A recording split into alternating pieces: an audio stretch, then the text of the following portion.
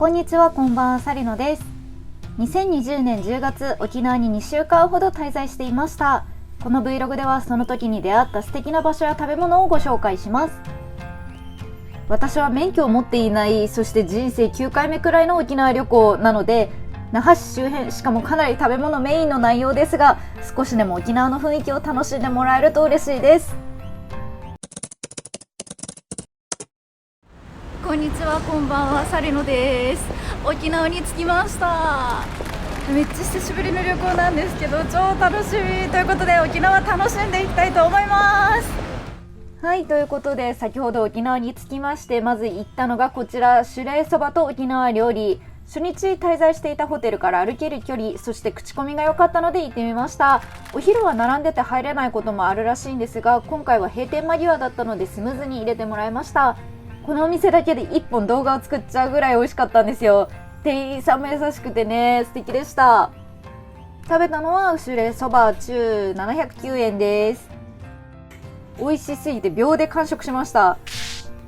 これね、店員さんは沖縄特有の呼び方をしていた気がするんですけど、沖縄ぜんざいサービスでいただきました。嬉しかったです。私個人的に東三原則、お菓子を見ない、食べない、もらわないを掲げてまして、甘いものはあまり自ら食べないんですよね。なので恥ずかしながら人生初沖縄ぜんざいだったんですけど、もうね、なんか新食感で美味しかったです。移動後の甘いものってしみるしね。はい、続いて翌日、平和通り、国際通りに行きました。国際通りといえば那覇市のメインストリート、その中央あたりに位置する牧市から南側に伸びる商店街、平和通りに行きます。どっちかっていうと国際通りが綺麗な観光スポットで、平和通りは穴場の多い古き良き商店街ってイメージなんですけど、そんなことないですか？そのね、平和通り商店街入っていくと、プチプラの沖縄っぽいお洋服もたくさんあります。衣類や B さんを現地調達したいっていう方もいいですよね。何度お世話になったか分かりません。これ琉球ガラスのアクセサリーってついつい見ちゃいますね。 GoTo 真っ盛りの時期とはいえ、ちょっと落ち着いた雰囲気です。でもね、こんな感じで沖縄っぽい調味料なんかも売ってました。それでこちらです。平和通りの奥にあるかりゆし通りです。ここのね、通りのフルーツも美味しいし、赤ちょうちん系の居酒屋さんも魅力的なんですが、私が行きたかったのはここ、タイロンです。ここがね、大好きすぎる台湾料理屋さんなんですよ。沖縄に行った時は絶対にここで1回はランチ食べてます。正直教えたくないまであるんですけど、コロナで消えたら涙止まらないので、微力ながら Vlog に入れてみました。小籠包専門店ってネットでは出るのに、行くたんびにニューローメンとかマーラー丼とか小籠包以外のメニューが増えてる気がします。個人的にはルーローハンのランチセットに小籠包追加が鉄板です。薬味と小籠包のタレ、お冷やなどはセルフです。バッチリ注文を済ませて準備万端です。来ました。なんかコロナ対策なのか知らない間にお弁当形式になってます。でもね、香りがすごいんですよ。台湾料理っぽい特徴的な香りが本当にもうたまりませんでしたわ。撮影当時の私も同じこと言ってますね。このね、ルーローハン本当に美味しいのよ。もうニヤニヤしちゃってるもんね。野菜とかスープもあって、いろいろちょっとずつ食べられるのも嬉しいです。小籠包が来たみたいですね。小籠包は他メニューより時間がかかるそうです。美味しそう。もうね、2個なんてペロリですからね。ちょっと店内音楽の著作権が怖いんですが、それはさておき、小籠包の食べ方って難しくないですか？郷に入っては郷に従いたいものです。なんとか食べてます。何この子、美味しそうだな。羨ましい。ちなみにこちらのデザートもついてます。パツパツでスプーン入らないの笑う。甘さ控えめの杏仁豆腐みたいなもので、タピオカも含め美味しかったです。ここね、本当におすすめなんでぜひ行ってみてください。あった、そこじゃない？はい、そして別日ですね、行ったのがこちら、ハンバーガーダイナーフリップフロップです。こちらも前日に滞在していたホテルからほど近く、口コミが良かったので行ってみました。沖縄に行くと無性にハンバーガーが食べたくなるのは私だけでしょうか。外観もおしゃれだし、料理もカフェラテも最高に美味しかったです。見てくださいよ、おしゃれな店内。すごくね、アメリカンな音楽が流れていました。食べたのはアボカドチーズバーガー、すごいボリュームで美味しかったです。あとプラス200円でつけたこのカフェラテがね、すごく好みの味でした。この日はこれを飲みながらお仕事をさせてもらいました。幸せすぎます。続いてピパーチキッチン。ピパーチとは石垣島に自生する島胡椒のことらしく、地元の美味しいをたくさんの方に知ってもらいたいという思いで始められたそうです。年数が長いようで、地元の方がブログで紹介されていました。心と体が喜ぶご飯をモットーにしているそうで、旅行中も健康的な食事をとりたいなと思って行ってみました。なんかね、メニューが手書きメニューだったので、かなり頻繁に変更がありそうです。今回は迷ったもののこちらのイカライスを注文しました。メニューは文字だけだったんですが、野菜たっぷりで嬉しいですね。すだちを絞ってしっかり混ぜてくださいと言われたのでやります。いやー、今見ても美味しそう。ついてきたスープは優しい味でした朝早くてめっちゃ無表情なんだけど、心の中ではスイーツまで手が伸びそうなぐらいヘルシーで体の喜ぶ美味しさでした。はい、次ステーキハウツ88那覇空港店です。やはり沖縄って言ったらステーキじゃないですか。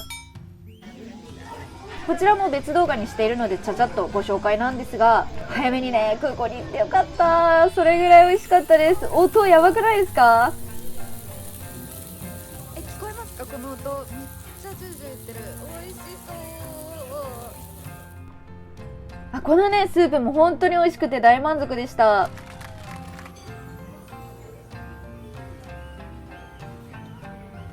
そしてこちらスチームダイニング島豚屋、ここも教えたくないレベルでお気に入りのお店です。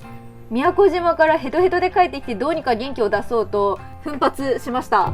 琉球在来豚アグーの血統を 100% 受け継いだ純アグー島クルーの蒸し鍋を食べます。お酒もたくさん飲みます。店内は沖縄っぽい感じで閉店近いので空いてました。島豚屋は複数あるそうなんですが、ここでは蒸し鍋を食べることができます。とりあえず期間限定の果実酒サワーで乾杯します。これがさすっごい美味しくて、なんか私個人的な偏見かもしれないんだけど、沖縄の居酒屋ってすごくお酒濃いめに作ってくれませんか？もうねずーっとジョッキ持ってて編集どうしようかと思った。はい、そしてこちらがお通し。これのさ名前ちょっと出てこなくなっちゃったんですけど美味しいですよね。アグーのせいろ蒸し1人前が来ました。これねこの日時間があったからかもなんですけど、店長さんの手書きの旗可愛くないですか？こちらのせいろに具材を入れて砂時計で時間を計ります。このね入れるのも店員さんが時間あるからって言って手伝ってくださったんですよ。お肉の部位とかも説明してくださいました。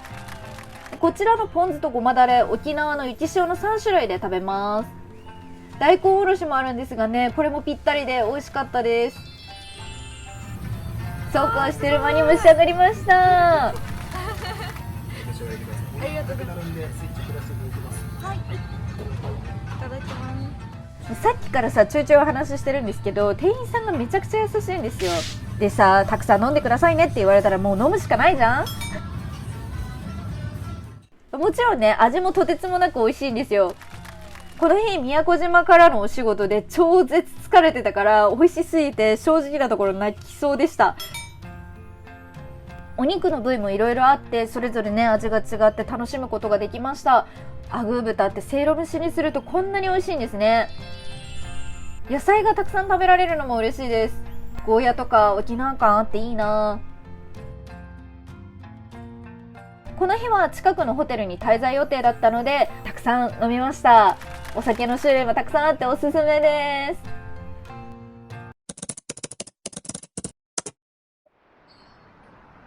はい、ということで食べ物ばっかりになっちゃうので、ここからは泊まってよかったホテルベスト3をご紹介させてください。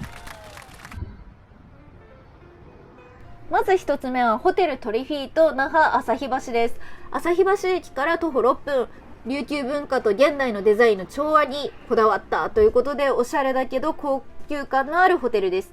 何よりスタッフさんの心配りが素敵すぎてリピートを心に決意しました。お部屋はこんな感じです。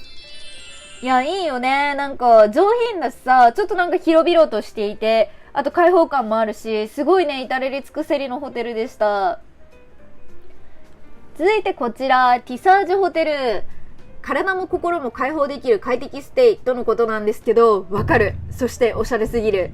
ちなみにティサージっていうのは幾何学模様を織り込んだ工芸品で、航海や漁に出る兄弟、好きな人に沖縄の女性が贈った手ぬぐいのことなんだそうです。ネストホテルの新ブランドらしいけど、こっちの方がね、私は好きですね。お部屋はこんな感じです。ノマドとしてはちょっとパソコンを広げられるような場所が欲しいなとは思ったけど、でもそれにしたって可愛いし、おしゃれだし、すごいね、良かったです。続いてこちら、アルモントホテル那覇県庁前です。いろんなところにあるアルモントホテルの那覇県庁前店です。快適なお部屋、大浴場にとてつもなく癒されました。県庁前から徒歩3分の立地も最高すぎますね。お部屋はこんな感じです。もうね、王道ですよね。このさ、大きな鏡すごいいいなと思いました。